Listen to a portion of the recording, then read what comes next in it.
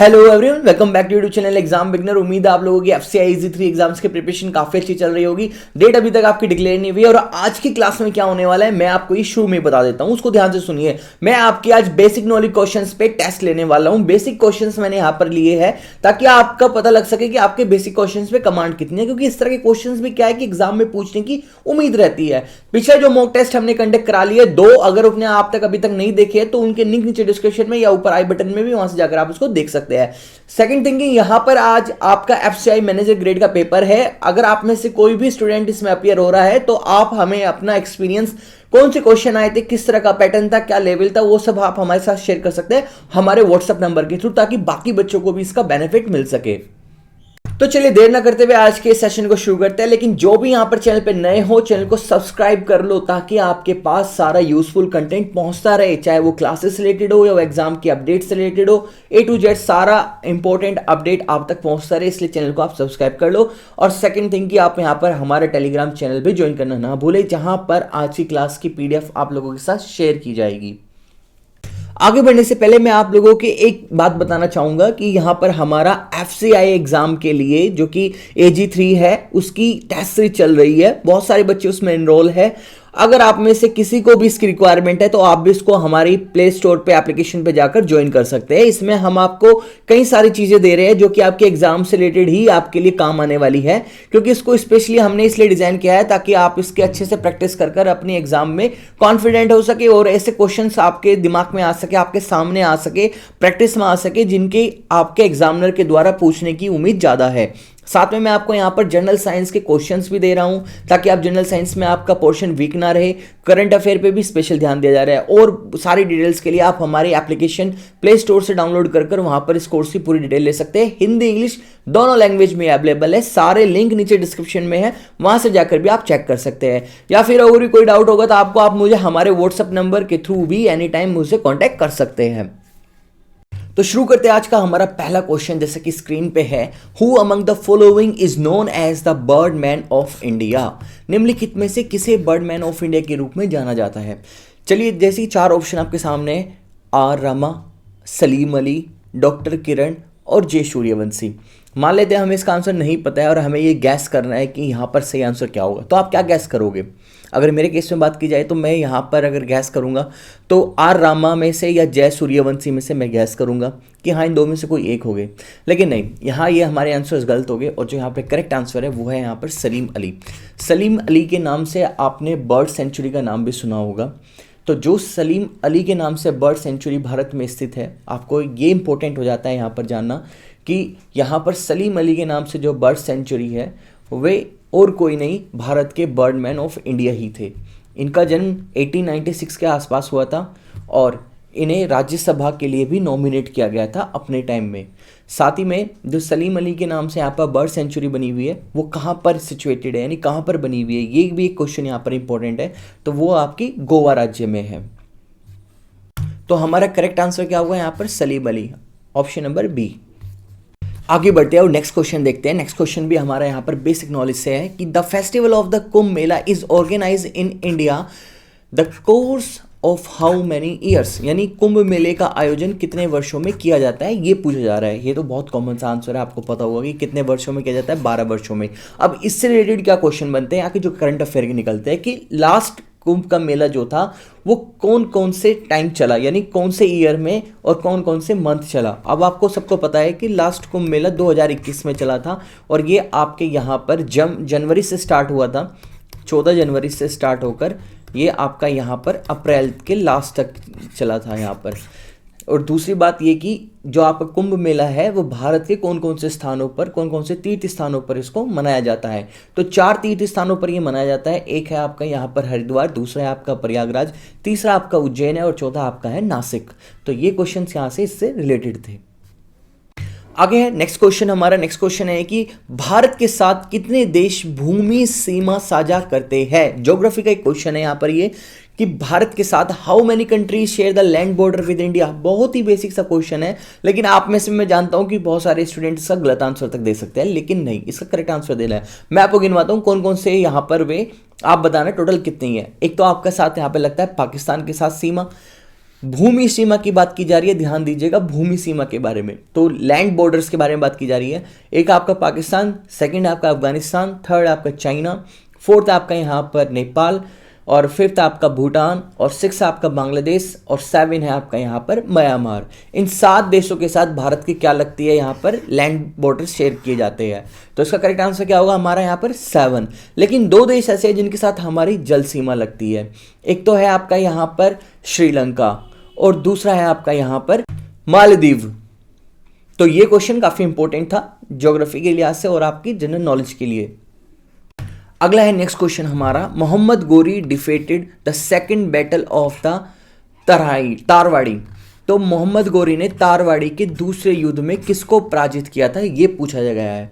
बहुत ही कॉमन सा क्वेश्चन है। सबसे पहले कि तारवाड़ी को दूसरे नाम से भी जाना जाता है, जिसको बोलते हैं यहाँ पर तराइन का युद्ध। तराइन के युद्ध के बारे में आपने पढ़ा होगा कि ये सन 1192 ईस्वी में लड़ा गया था। मोहम्मद गोरी और किसके बीच में, आपके पृथ्वीराज चौहान के बीच में लड़ा गया था। तो यहां पर क्या हमारा करेक्ट आंसर हो जाएगा कि मोहम्मद गोरी ने तारवाड़ी के दूसरे युद्ध में किसको पराजित किया था, पृथ्वीराज चौहान को पराजित किया था। क्योंकि तराइन के युद्ध में जो कि 1192 ईस्वी में हुआ था, मोहम्मद गोरी और पृथ्वीराज चौहान के नेतृत्व में, इसमें यहाँ पर राजपूतों को क्या है, हार देखनी पड़ी थी। अगर यहाँ पर राजपूतों ने हार देखी थी जो कि पृथ्वीराज चौहान की तरफ से लड़ रहे थे, उनके नेतृत्व में लड़ रहे थे, तो इसका मतलब सीधा यही माना जाता है कि यहाँ पर पृथ्वीराज चौहान की हार हुई थी। तो करेक्ट आंसर हमारा क्या हुआ यहाँ पर, Prithviraj Chauhan, option number B. Next question देखते हैं। नेक्स्ट क्वेश्चन है यहाँ पर, इमली में कौन सा अम्ल पाया जाता है, यानी विच acid is present in the tamarind. आपके इमली में कौन सा एसिड होता है ये पूछा गया है। आप में से बहुत सारे, आपका कहाँ का क्वेश्चन है, आपका साइंस का क्वेश्चन है, और आप में से बहुत सारे बच्चों को पता होगा कि यहाँ पर टार्ट्रिक अम्ल पाया जाता है, यानी टार्ट्रिक एसिड पाया जाता है कहाँ पर, आपके इमली में। और भी बहुत सारे हमारे यहाँ पर अलग अलग तरह के एसिड्स होते हैं, उनको भी मैं आपको एक बार बता देता हूँ। जैसे कि आप देख सकते हैं कि आपका जो विनेगर होता है, विनेगर में आपका एसिटिक अम्ल होता है जिसकी पीएच वैल्यू 2.5 होती है, और जो आपका एप्पल है यानी सेब, उसमें आपका मैलिक अम्ल होता है जिसकी पीएच वैल्यू 3.3 से लेकर 4 पॉइंट तक का होती है। और इमली में जैसे कि मैंने बताया कि टार्ट्रिक अम्ल होता है, तो यहाँ पर 1.8 से लेकर 3.7 तक की इसकी पीएच वैल्यू रहती है। दूध की अगर हम यानी मिल्क की बात करें तो इसमें लैक्टिक अम्ल होता है और 6.5 से लेकर 6.8 तक के इसके बीच की पीएच वैल्यू होती है। नींबू का रस होता है, उसमें आपका सिट्रिक अम्ल होता है जिसमें 2 पॉइंट से लेकर 2.60 तक का यहाँ पर आपका क्या होता है, पीएच वैल्यू रहती है। टमाटर के अंदर आपका ऑक्सोलिक अम्ल होता है जिसमें 4.3 से लेकर 4.90 तक की आपकी पीएच वैल्यू रहती है। अंगूर की अगर मैं बात करूं तो इसमें आपका टार्ट्रिक एसिड होता है यानी टार्ट्रिक अम्ल होता है, तो इसमें 3 पॉइंट से लेकर 3.75 तक का पीएच वैल्यू रहती है। ये चार्ट में जितने भी मैंने बताए इसमें से तरह तरह के क्वेश्चंस बनते हैं। इस तरह के क्वेश्चंस भी आपको आने चाहिए क्योंकि एग्जाम में जनरल साइंस वाले सेक्शन में ऐसे क्वेश्चन पूछने की उम्मीद रहती है। आगे नेक्स्ट क्वेश्चन हमारा यहाँ पर, भारत के राष्ट्रपति पर महाभियोग कहाँ शुरू किया जाता है, यानी the impeachment of the president of India can be initiated in, कहाँ पर, सदनों के दोनों सदनों में, या सदनों के दोनों सदनों की संयुक्त बैठकों में, या केवल लोकसभा में, या केवल राज्यसभा में, ये आपको बताना है यहाँ पर। देखो सबसे पहले तो मैं आपको बताऊं कि महाभियोग क्या होता है। आर्टिकल 61 के अनुसार अगर यहाँ पर प्रेसिडेंट यानी भारत के जो राष्ट्रपति है, अगर वो संविधान का यानी हमारे कॉन्स्टिट्यूशन का क्या करते हैं, उल्लंघन करते हैं, तो उसमें आपका महाभियोग प्रक्रिया लगाकर उन्हें उस पद से हटाया जा सकता है। तो इसमें आपके निर्वाचित और मनोनीत दोनों सदस्य भाग ले सकते हैं और ये सदन के दोनों सदनों में की जा सकती है, कोई से भी सदनों के अंदर। तो यहाँ पर जो आपका करेक्ट आंसर होगा वो होगा आपका यहाँ पर सदन के दोनों सदनों में, यानी ऑप्शन नंबर आपका क्या, either house of A parliament, option number A correct होगा यहाँ पर आपका। आगे नेक्स्ट क्वेश्चन हमारा, कंप्यूटर का मस्तिष्क कहलाता है, बहुत ही बेसिक सा क्वेश्चन है, is a called the brain of the computer. सभी को पता है सीपीयू, सेंट्रल प्रोसेसिंग यूनिट, यानी सीपीयू जो है हमारे कंप्यूटर का कहलाता है, ब्रेन कहलाता है, एक तरह से माइंड कहलाता है, ब्रेन कहलाता है, क्योंकि यहाँ पर क्या होता है, ये सेंट्रल प्रोसेसिंग यूनिट रहती है पूरे कंप्यूटर में। जैसे कि मान लीजिए एक मॉनिटर है, एक आपका यहाँ पर कैबिनेट है, एक आपका कीबोर्ड है, एक आपका माउस है, आपका प्रिंटर भी हो सकता है ना। तो इन सब में एक ऐसी यूनिट होती है जिसको हम बोलते हैं सेंट्रल प्रोसेसिंग यूनिट, यानी इस यूनिट के अंदर सारी प्रोसेसिंग होती है। जिस तरह की हम कमांड देते हैं, जिस तरह की आउटपुट हमें मिलती है, उन सब की जो प्रोसेसिंग होती है वो सीपीयू के अंदर होती है। एक कितना चौड़ा कैबिनेट होता है, यानी कितना चौड़ा सीपीयू टाइप का होता है, आप सभी ने देखा हुआ है, इसके बारे में मुझे ज़्यादा एक्सप्लेन करने की जरूरत नहीं है। तो करेक्ट आंसर हमारा क्या होगा यहाँ पर, सीपीयू होगा, ऑप्शन नंबर ए। अगला क्वेश्चन देखते हैं, काफी इंटरेस्टिंग है यहाँ पर। In which of the following year Mahatma Gandhi was Congress president. ये आपका यहाँ पर कहां से आया है, आपका मॉडर्न हिस्ट्री से क्वेश्चन लिया गया है कि निम्नलिखित में से किस वर्ष महात्मा गांधी कांग्रेस के अध्यक्ष बन गए थे, ये पूछा गया है। तो देखिए एक सम्मेलन हुआ था यहाँ पर, बेलगाम सम्मेलन 1924 ईस्वी में। वहां पर क्या हुआ था, उसके अधिवेशन में यहाँ पर जो महात्मा गांधी है उनको यहाँ पर कांग्रेस का अध्यक्ष चुन लिया गया था। तो जो बेलगाम सम्मेलन हुआ था वो आपका 1924 ईस्वी में हुआ था, और उसी अधिवेशन में आपका यहाँ पर क्या चुना गया था, हमारे महात्मा गांधी जी को यहाँ पर क्या चुना गया था, कांग्रेस के अध्यक्ष चुना गया था। तो करेक्ट आंसर क्या होगा हमारे यहाँ पर 1924, 1924, option number D. Next question देखते हैं। नेक्स्ट क्वेश्चन है आपका यहाँ पर, निम्नलिखित में से कौन सी सीमा सशस्त्र सीमा बल द्वारा संरक्षित है। इसका क्वेश्चन का आंसर बताने से पहले मैं आपसे यहाँ कहना चाहूँगा कि अभी हमने कई सारे क्वेश्चन कंडक्ट कर लिए हैं, तो एक रिक्वेस्ट है आपसे, अगर आपने अभी तक का चैनल को सब्सक्राइब ना किया हो तो चैनल को सब्सक्राइब कर लेना। साथ ही में अगर आपने अभी तक का वीडियो को लाइक नहीं किया है तो वीडियो को भी प्लीज़ लाइक करें, और आपका जो भी सजेशन क्लास के बाद बनता है वो प्लीज़ कमेंट सेक्शन में आकर जरूर बताइएगा। साथ ही में अगर पॉसिबिलिटी हो, आप लोगों के लिए पॉसिबल हो, तो आप इस क्लास को बाकी अपने अदर ग्रुप्स, फ्रेंड, इन सब में भी शेयर कीजिएगा, ताकि ज़्यादा से ज़्यादा लोगों को क्या हो कि बेनिफिट मिल सके। अब बात करते हैं इस क्वेश्चन की, तो कौन सी सीमा यहाँ पर सशस्त्र सीमा बल के द्वारा आपकी संरक्षित है, यानी आपकी प्रोटेक्टेड है। कौन सी सीमा, क्या भारत पाकिस्तान की सीमा है वो है, क्या आपकी भारत बांग्लादेश की सीमा है, या भारत चीन की सीमा है, या भारत नेपाल की सीमा है, वो है आपके यहाँ पर भारत नेपाल की सीमा, यानी इंडो नेपाल जो बॉर्डर है। ऑप्शन नंबर पर क्या करेक्ट है यहाँ पर, डी, भारत और नेपाल की सीमा। क्योंकि भारत चीन की सीमा में बात करें तो वहाँ पर तिब्बतियन फोर्स लगी हुई है, और बाकी जगह बीएसएफ फोर्स आपकी है, जैसे कि पाकिस्तान अगर बॉर्डर की हम बात करें तो आप जो करेक्ट आंसर होगा वो होगा भारत नेपाल की सीमा पर कौन सी यहाँ पर सीमा वो फोर्स लगी हुई है, सशस्त्र सीमा बल, जो सीधी रिपोर्ट करती है आपकी होम मिनिस्ट्री को, सीधी होम मिनिस्ट्री को रिपोर्ट करती है। तो करेक्ट आंसर है हमारा भारत नेपाल सीमा बल। नेक्स्ट क्वेश्चन देखते हैं। नेक्स्ट क्वेश्चन काफ़ी यहाँ पर बेसिक्स है और काफ़ी साइंस साइड से इंटरेस्टिंग सा क्वेश्चन है कि which two gas make up in 99% of the atmosphere. कौन सी दो गैसें 99% वायुमंडल का निर्माण करती है। कौन सी दो गैसें करती है, मैं मानता हूँ कि आपको बिल्कुल मालूम होगा कि ऑक्सीजन और नाइट्रोजन, ये दो गैसें मिलकर क्या करते हैं यहाँ पर आपके 99% वायुमंडल का निर्माण करती है। ऐसा कहा जाता है कि देखिए, जैसे कि मैं आपको चार्ट में समझाता हूँ, यहाँ पर आपके 21% सिर्फ क्या है, ऑक्सीजन है। ये आपकी क्या है, यहाँ पर 21% ऑक्सीजन है, और इसके बाद आपकी यहाँ पर नाइट्रोजन, जो आपकी नाइट्रोजन हुई और जो आपकी कार्बन डाइऑक्साइड हुई, ये आपके यहाँ पर 78% की इनकी मात्रा है। और अदर मैं गैस की बात करूँ तो वो यहाँ पर आपकी 1% वैल्यू रखती है, और साथ में अगर मैं आर्गन गैस की मैं यहाँ पर बात करूँ तो वो आपके यहाँ पर 1% की वैल्यू रखती है। तो इस तरह से इन चीज़ों के बारे में आपको मालूम होना चाहिए, इनका भी एग्जाम में एग्जामिनर के द्वारा क्वेश्चन पूछे जाने की काफ़ी पॉसिबिलिटी है। अगला क्वेश्चन है हमारा यहाँ पर कि आवर्ती की एसआई इकाई क्या है, यानी SI unit of the frequency क्या है, ये पूछा गया है। तो ये सब आपको मालूम होगा कि आवर्ती क्या है। आपकी यहाँ पर आवर्ती होती है आपकी फ्रीक्वेंसी, यानी फ्रीक्वेंसी को किस में मापते हैं हम यहाँ पर, तो उसकी एसआई यूनिट क्या होती है, क्या डायोप्टर में मापते हैं, नहीं। क्या वोट में बांटते हैं, नहीं, वो तो वोल्टेज होती है। डेसिबल में बांटते हैं, नहीं, वो भी। तो क्या होती है, हर्ट्स, ओनली क्या होती है, हर्ट्स। ऑप्शन नंबर क्या करेक्ट है यहाँ पर, सी, हर्ट्स।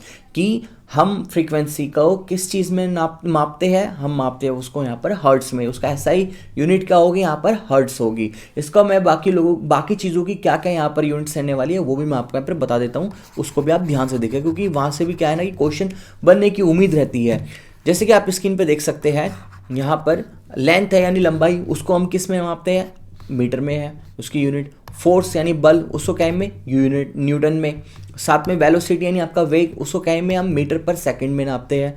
इसके बाद जो टाइम है उसको हम यानी समय को सेकंड में, उसकी जो यूनिट होगी वो सेकंड होगी। फ्रीक्वेंसी यानी यही क्वेश्चन जो हमारे यहाँ पर है कि आपके यहाँ पर आवर्ती को हर्ट्ज में, और मास यानी द्रव्यमान को कहेंगे किलोग्राम में, और लेंस यानी आपका डायोप्टर में होता है। इसके बाद जो आपका रेडिएंट फ्लक्स होते हैं वो किस में मापते हैं, हम यहाँ पर वॉट में मापते हैं। इसके बाद जो साउंड होती है उसको क्या में मापा जाता है, यानी उसकी यूनिट क्या होती है, वो डेसिबल होती है। तो इस तरह की ये जितनी भी मैंने यहाँ पर इतने आपको यूनिट्स बताई है, ये सब भी आपको क्या है याद होनी चाहिए। जनरल साइंस के क्वेश्चन में से ये पूछी जा सकती है, क्योंकि 5 नंबर की आपके यहाँ पर क्या है, जनरल साइंस रहने वाली है। चलिए आगे बढ़ते हैं। अगला क्वेश्चन देखते हैं। काफ़ी इंटरेस्टिंग क्वेश्चन चल रहे हैं और इंपॉर्टेंट क्वेश्चन भी है, इन्हें ये कह सकते हैं कि आप के एग्जामिनर इनसे क्वेश्चन कोई ना कोई यहाँ पर बन सकता है। मेरा मानना तो ये जितने आज मैं आपको क्वेश्चन कंडक्ट करा रहा हूँ ना, इनमें से मिलता जुलता कोई ना कोई एक क्वेश्चन आपको पक्का यहाँ पर मिलने वाला है एग्जाम में। तो चलिए जो नेक्स्ट क्वेश्चन है हमारे स्क्रीन पे है कि 2011 की जो जनगणना थी उसके अनुसार भारत की साक्षरता दर कितनी थी, यानी लिटरेसी रेट कितना था इंडिया में 2011 जनगणना के अनुसार। इसका तो आंसर मैं आपको बता ही दूंगा, लेकिन साथ में मैं आपको यहाँ पे बता दूं कि जो 2011 में जनगणना हुई थी वो भारत के कौन से नंबर की जनगणना थी, यानी इससे पहले कितनी बार जनगणना भारत के अंदर हो चुकी है, सेंसस इससे बार कितनी बार किया जा चुका है, ये भी एक अपने आप में क्वेश्चन है। तो ये जो 2011 की सबसे लास्ट जनगणना थी भारत की, वो थी आपके यहाँ पर 15वें नंबर की। कौन से नंबर की, 15वें नंबर की, आप ध्यान रखिएगा। इसके बाद अभी तक का नहीं हुई, जो कि 2022 में होनी थी, लेकिन वो अभी तक किसी भी वजह से नहीं हो पाई। तो उस समय जो आपके यहाँ पर लिटरेसी रेट था भारत के अंदर वो कितना था, यहाँ पर 74.4% था, 74.04%। तो ये आप क्या है याद रखना, एग्जामिनर इस तरह के जनसंख्या से कोई ना कोई क्वेश्चन आपसे, जनगणना से कोई ना कोई पूछ सकता है। नेक्स्ट क्वेश्चन देखते हैं। नेक्स्ट क्वेश्चन है आपके यहाँ पर एंशिएंट हिस्ट्री से, यानी आपके जो इंडस सिविलाइजेशन है वहाँ से क्वेश्चन लिया गया है कि which among the following state is the Indus civilisation city Lothal. Lothal कि निम्नलिखित में से किस राज्य में सिंधु सभ्यता का शहर लोथल पाया गया था। लोथल कौन से राज्य में भारत के आज वर्तमान कौन सा राज्य है जहाँ पर आपका ये लोथल शहर पाया गया था। आप में से 98% स्टूडेंट जानते होंगे कि इसका आंसर क्या है, गुजरात है, क्योंकि इसकी जो खोज हुई थी वो गुजरात में हुई थी बंदरगाह के किनारे। और ये कब खोजा गया था, ये आपका 1953 के आसपास इसकी खोज की गई थी। 1953 से लेकर 1964 तक का जो उस समय एएसआई के द्वारा जो काम चला था, खुदाई का जो प्रोजेक्ट चला था, उसमें वहाँ पर ये भी एक साइट पाई गई थी जिसका नाम था शहर लोथल। और इसकी अपनी आप में कई सारी विशेषता थी, जैसे कि ये युगल समाधि साक्ष्य थे यहाँ पर, चावलों की भूसी के अवशेष यहाँ पर मिले थे, घोड़े के टेराकोट मूर्तियाँ के भी साक्ष्य यहाँ पर मिले थे, और जहाज बनाने का स्थान भी यहाँ पर था, और एक जहाज का टेराकोट नमूना भी यहाँ पर मिला था। तो आपने इंडस सिविलाइजेशन की साइट को अच्छे से पढ़ लिया होगा, क्योंकि वहाँ से क्वेश्चन आने की ज़्यादा पॉसिबिलिटी है। काफ़ी मज़ेदार आपकी क्लास चल रही है, तो अभी तक आपने अगर चैनल को सब्सक्राइब ना किया हो और वीडियो को भी लाइक ना किया हो तो इसको जरूर कीजिएगा, और अपना सजेशन प्लीज़ कमेंट सेक्शन में आकर जरूर बताइएगा क्लास के रिगार्डिंग। आगे बढ़ते हैं, नेक्स्ट क्वेश्चन देखते हैं कि निम्नलिखित में से किसे प्यार से भारत के ग्रैंड ओल्ड मैन के रूप में जाना जाता है, यानी grand old man of India किसे पुकारा जाता है, ये पूछा जा रहा है। देखो क्वेश्चन क्या है ना कि ये काफ़ी इस तरह क्वेश्चन नहीं है कि जो फ्रीक्वेंटली आस्क्ड क्वेश्चन हो या रेगुलर बेसिस पे पूछा गया हो। ये तो एक बस एक फैक्ट बेस्ड क्वेश्चन हो गया कि यहाँ पर grand old man of India किसे पुकारा जाता है।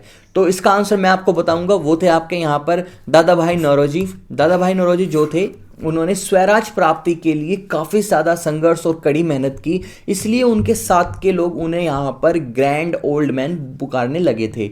एक वजह खाली यही नहीं थी कि उन्होंने स्वराज के लिए यहाँ पर काफ़ी जद्दोजहद की, लेकिन एक दूसरी वजह ये भी थी क्योंकि ये एकमात्र ऐसे व्यक्ति थे जो 3 बार कांग्रेस, भारतीय राष्ट्रीय कांग्रेस जो थी उस समय भारत की आज़ादी से पहले, उसके अध्यक्ष चुने गए थे। 3 बार अध्यक्ष चुने गए थे, तो काफ़ी पुराने व्यक्ति हो गए थे, तो इसलिए इन्हें यहाँ पर आपके ग्रैंड ओल्ड मैन भी पुकारा जाने लग गया था।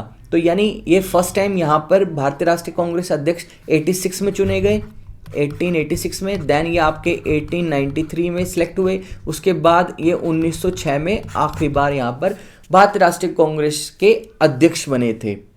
तो हमारा जो करेक्ट आंसर है वो है ऑप्शन नंबर डी, दादा भाई नौरोजी। आगे बढ़ते हैं नेक्स्ट क्वेश्चन की ओर कि पंडित शिव कुमार शर्मा किसके वादक है, यानी Pandit Shiv Kumar Sharma is a player of, एक जनरल नॉलेज का क्वेश्चन है कि ये कौन सा यहाँ पर म्यूजिक इंस्ट्रूमेंट बजाने में एक्सपर्टीज थे, ये पूछा जा रहा है पंडित शिव कुमार शर्मा। तो वो थे आपके यहाँ पर संतूर को, जो संतूर आपका इंस्ट्रूमेंट होता है उसको बजाने के यहाँ पर ये क्या थे, प्लेयर थे, यानी एक एक्सपर्टीज थे, ये आप यहाँ पर कह सकते हैं। एक संतूर क्या होता है, आप में से बहुत सारे कंफ्यूज हो गए, मैं आपको इसकी इमेज दिखाता हूँ। देखिए ये संतूर होता है, ये वाला इंस्ट्रूमेंट आपने किसी न किसी म्यूजिशियन के हाथ में जरूर देखा होगा। तो ये एक संतूर होता है, इसको बजाने में आपके पंडित शिव कुमार शर्मा क्या थे, एक वादक थे। अगला क्वेश्चन है हमारा यहाँ पर बायोलॉजी से या साइंस से, जनरल साइंस से आप बोल सकते हैं कि प्रकाश संश्लेषण में किस गैस की आवश्यकता होती है। आप सबको पता है वो कौन सी आवश्यकता होती है। बहुत सारे स्टूडेंट यहाँ पर क्या करेंगे, ऑक्सीजन को मार्क कर देंगे, लेकिन नहीं, ये गलत आंसर है आपका। जो वो होती है आपके यहाँ पर कार्बन डाइऑक्साइड की। तो प्रकाश संश्लेषण में कौन सी यहाँ पर गैस की आवश्यकता होती है, कार्बन डाइऑक्साइड की आवश्यकता है। क्योंकि एक पौधा क्या होता है, वो आपकी हवा के साथ साथ मिट्टी से कार्बन डाइऑक्साइड और HO2 यानी जल को भी ग्रहण करता है। आगे बढ़ते हैं नेक्स्ट क्वेश्चन, जो कि एक जीके का क्वेश्चन है कि हर्षचरित किसके द्वारा लिखे गया था। हर्षचरित किसके द्वारा लिखा गया है, ये पूछा गया है। ये सब का आंसर आपको पता होगा, किसके द्वारा लिखी गई थी, बाण भट्ट के द्वारा लिखी गई थी। और ये हर्षचरित किसके ऊपर है, राजा हर्षवर्धन के ऊपर है, उनकी जीवनी है, जिसको दरबारी कवि बाण भट्ट थे, उन्होंने संस्कृत भाषा में इसको लिखा था। तो ऑप्शन नंबर क्या डी है हमारे यहाँ पर करेक्ट होगा। क्वेश्चन में नेक्स्ट देखते हैं यहाँ पे कि हिमा दास का संबंध किस खेल से है। Hima Das is associated with which game. तो आप सभी को पता होगा ये एथलेटिक्स है। कौन है, एथलेटिक्स है। जो हिमा दास है वो एक एथलेटिक्स है। 2018 में जो एशियन गेम हुए थे जकार्ता के अंदर, वहाँ पर इन्होंने गोल्ड मेडल जीता। तो यानी ये गोल्ड मेडलिस्ट भी है। साथ साथ में ये 100, 200, 400 मीटर की जो भी रेस होती है उन सब में ये पार्टिसिपेट करती है। तो हमारा करेक्ट आंसर क्या होगा, ऑप्शन नंबर ए एथलेटिक्स। अगला क्वेश्चन देखते हैं। नेक्स्ट क्वेश्चन है हमारा यहाँ पर संयुक्त राष्ट्र संघ का मुख्यालय कहाँ पर है। यूएनओ का हेडक्वार्टर पूछा है। आप सभी स्टूडेंट को पता होगा कहाँ पर है, आपका न्यूयॉर्क में है। और यूएनओ का एस्टैब्लिशमेंट कब हुआ था, 1945 ईयर्स में हुआ था। तो 1945 में आपका क्या हुआ था, यूएनओ का एस्टैब्लिशमेंट हुआ था यहाँ पर। और ये कहाँ पर सिचुएटेड है, इसका हेडक्वार्टर न्यूयॉर्क के अंदर है। अगले क्वेश्चन की ओर देखते हैं। अगला क्वेश्चन हमारे यहाँ पर which American president on the Nobel peace prize, यानी किस अमेरिकी राष्ट्रपति को नोबेल शांति पुरस्कार दिया गया, किसने जीता, ये पूछा गया है। तो ये मिला था आपके यहाँ पर बराक ओबामा को सन 2009 में, क्योंकि यहाँ पर एक नॉर्वेजियन नोबेल क्या है कमेटी है, उसने यहाँ पर सन 2009 में अमेरिकी राष्ट्रपति को, जो कि उस समय बराक ओबामा थे, उनको यहाँ पर क्या किया था, नोबेल प्राइज दिया था। आइए अब आगे हम क्वेश्चंस कवर करते हैं आपके यहाँ पर कंप्यूटर अवेयरनेस से। इससे पहले हमने सारे बेसिक क्वेश्चन कवर किए आपके जनरल अवेयरनेस से, और अब हम कवर करेंगे कंप्यूटर अवेयरनेस से आने वाले बेसिक से क्वेश्चन, ताकि ये आपको आपके फेज 2 एग्जाम में हेल्प कर सके। तो जैसे कि पहला क्वेश्चन है हमारे यहाँ, the shortcut that appears on the desktop is called, यानी जो आपके डेस्कटॉप पे शॉर्टकट दिखता है उसको क्या कहते हैं, हम आइकन कहते हैं। जिसमें आपके तरह तरह के आइकन्स होते हैं, आपके सारे एप्लीकेशंस के आइकन होते हैं जो कि आपके मेन डेस्कटॉप स्क्रीन पे होते हैं, तो वो क्या कहलाते हैं, आपके आइकन कहलाते हैं। नेक्स्ट क्वेश्चन है हमारा यहाँ पर कि which one of the following keys is use to zoom in the desktop, यानी डेस्कटॉप को जूम इन करने के लिए निम्न में से कौन सी की का प्रयोग किया जाता है, ये पूछा गया है। तो देखिए आपने भी बेसिकली प्रैक्टिकली करके देखा होगा कि जब आप डेस्कटॉप को जूम करना चाहते हैं तो उस समय आप विंडो की दबाते हैं और उसके साथ में प्लस की दबाते हैं। दोनों को अगर आप एक साथ दबाते हैं तभी आपकी जो स्क्रीन है वो क्या होती है, वो जूम आउट होती है। तो इस तरह से वो मैक्सिमाइज उसका साइज हो जाता है। तो क्या यहाँ पर आपका यूज़ किया जाता है, आपका यहाँ पर विंडोज़ लोगो की और प्लस आपकी प्लस की, विंडोज़ लोगो की और प्लस की। तो ये आपके यहाँ पर क्या यूज़ की जाती है, स्क्रीन को जूम करने के लिए। तो करेक्ट आंसर क्या आपका यहाँ पर सी। नेक्स्ट क्वेश्चन देखते हैं कि in typically desktop computer which of the following memory size would be the largest. जैसे कि आपके वर्क स्टेशन होते हैं, डेस्कटॉप सिस्टम की बात की जा रही है ना कि लैपटॉप की। तो एक डेस्कटॉप सिस्टम में आपका जहां पर आपका कंप्यूटर, आपका सीपीयू होता है, आपका मॉनिटर होता है, आपका कीबोर्ड और माउस होते हैं, तो उस केस में आपकी एक जो जर्नल आपका यहाँ पर डेस्कटॉप होता है उसके केस में कौन सी मेमोरी साइज सबसे बड़ा होगा, ये पूछा गया है। तो क्या वो कैच का बड़ा होगा, हार्ड डिस्क का बड़ा होगा, रैम का होगा या रजिस्टर्स का बड़ा होगा। तो आपको भी पता है कि किसका वह साइज़ बड़ा होगा, वो आपके हार्ड डिस्क का साइज़ बड़ा होगा। हार्ड डिस्क में ज़्यादा स्पेस होगा, हार्ड डिस्क का ज़्यादा साइज़ बड़ा होगा, रैम का ना होगा, कैच का होगा, और ना ही आपका यहाँ पर रजिस्टर का ज़्यादा बड़ा साइज़ होगा, सिर्फ हार्ड डिस्क का। तो करेक्ट आंसर क्या है, option number B. So next question है यहाँ पे कि is the dustbin of the computer, यानी बेसिकली जो कहा जाता है कंप्यूटर का कूड़ादान किसको कहा जाता है। आप सभी को पता है कि सारी फाइल जब आप डिलीट करते हैं तो कहाँ जाती है, वो रिसाइकल बीन में जाती है। ऑप्शन नंबर क्या करेक्ट है आपका यहाँ पर सी, रिसाइकल बीन। आगे बढ़ते हैं। नेक्स्ट है कि in MS word which of the following is not a font style. MS word में निम्नलिखित में से कौन सा फॉन्ट स्टाइल नहीं होता है। सो कौन सा होता है, इटैलिक भी वहां पर होता है, रेगुलर भी होता है, रेगुलर साइजेस वाले आपके यहाँ पर फॉन्ट भी होते हैं। आउटलाइन, आउटलाइन क्या है, आउटलाइन कुछ नहीं होता। बोल्ड, हाँ बोल्ड हम कर सकते हैं, फॉन्ट को हम बोल्ड कर सकते हैं, इस तरह का फीचर भी हमारे किस में होता है, फॉन्ट स्टाइल के अंदर होता है, लेकिन आउटलाइन जैसा फीचर हमारे फॉन्ट स्टाइल में नहीं होता। तो यहाँ पर यही पूछा है कि कौन सा स्टाइल नहीं है, तो क्या हो गया हमारा यहाँ पर करेक्ट आंसर, हमारा करेक्ट आंसर हो गया यहाँ पर आउटलाइन, ऑप्शन नंबर सी। सो हो गए आज हमारे यहाँ के सारे क्वेश्चंस कंडक्ट आज की क्लास के। उम्मीद है आपको बहुत पसंद आए होंगे। अपना सजेशन कमेंट सेक्शन में आकर जरूर देना। बाकी आपका कोई भी डाउट होगा आज की क्लास को लेकर, किसी क्वेश्चन में मैंने मिस्टेक की होगी तो उसको भी नीचे आके आप करेक्ट करना। कोई भी आपका डाउट है या आपका पेड बैच को लेकर कोई भी क्वेरी है तो कमेंट सेक्शन में आकर आप या डायरेक्ट व्हाट्सएप पे आकर मुझसे पूछ सकते हैं। इसी तरह आपकी क्लासेस रेगुलर चलती रहेगी। अभी तक हमने 2 क्लासेस कंडक्ट करा दी है, अगर आपने वो नहीं देखी है तो लिंक नीचे डिस्क्रिप्शन में है, वहां से जाकर आप उसको चेक कर सकते हैं। बाकी कोई भी आपको प्रॉब्लम या क्वेरी होगी तो जरूर बेझिझक आप मुझसे कॉन्टेक्ट कीजिएगा। मिलता हूं आपको इसी तरह नेक्स्ट अपडेट में यानी नेक्स्ट क्लास में, तब तक का टिल देन बाय बाय।